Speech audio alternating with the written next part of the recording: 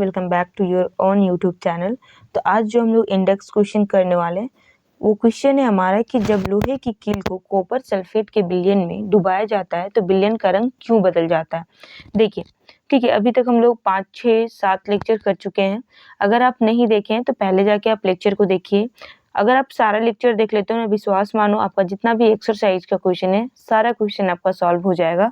ठीक है, और अगर आप चैनल पे नए हो तो चैनल को आपको लाइक करना है, शेयर करना है, सब्सक्राइब करना है और अपने सारे फ्रेंड को भेज देना जो अभी क्लास 10th में है और जो 2026 में बोर्ड एग्जाम देने वाला है। तो चलिए स्टार्ट करते हैं। तो हमारा क्वेश्चन है, और देखो अभी आप अगर पूरा कंप्लीट लेक्चर देखेंगे तो आपको एक मैंने, ठीक है, रिएक्टिविटी सीरीज बताया है। ठीक है, तो रिएक्टिविटी सीरीज क्या है, बहुत इंपॉर्टेंट है।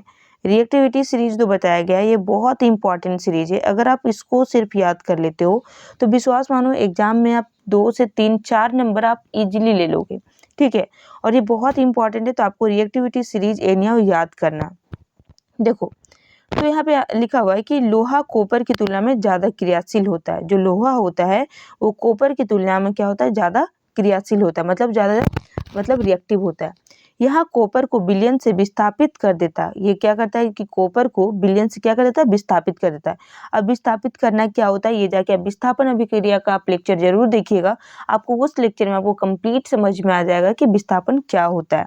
ठीक है, तो लोहा क्या करता है, ठीक है, कॉपर को उसके विलयन से विस्थापित कर देता है और इस प्रक्रिया में आयरन मतलब लोहा सल्फेट बनाता है, मतलब आयरन सल्फेट बनाता है। और कॉपर सल्फेट जो कि नीले रंग का होता है, कॉपर सल्फेट मतलब CuSO4 जो कि कैसा होता है, नीला रंग का होता है।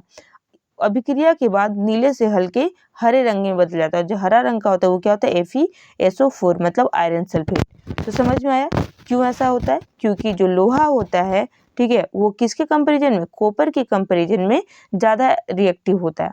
और ये क्या करता है, उसके विलयन से, कॉपर के विलयन से लोहा क्या करता है, कॉपर को विस्थापित कर देता है। और पहले जो कॉपर सल्फेट होता है वो कैसा होता है, नीला रंग का होता है। देखो, ये सब ऑब्जेक्टिव क्वेश्चन में पूछा जा सकता है, इसलिए ये सब छोटा छोटा जो पॉइंट है उसको याद रखना।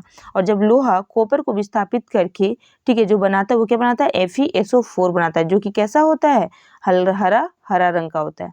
ठीक है, और ये कैसा है, ये विस्थापन अभिक्रिया है। तो समझ, जो FeSO4 होता है वो कैसा होता है, हरा रंग का होता है। और ये क्या, कौन सा अभिक्रिया, विस्थापन अभिक्रिया। तो इस लेक्चर में इतना ही, मिलते हैं नेक्स्ट लेक्चर में। Till then keep learning, keep watching, thank you.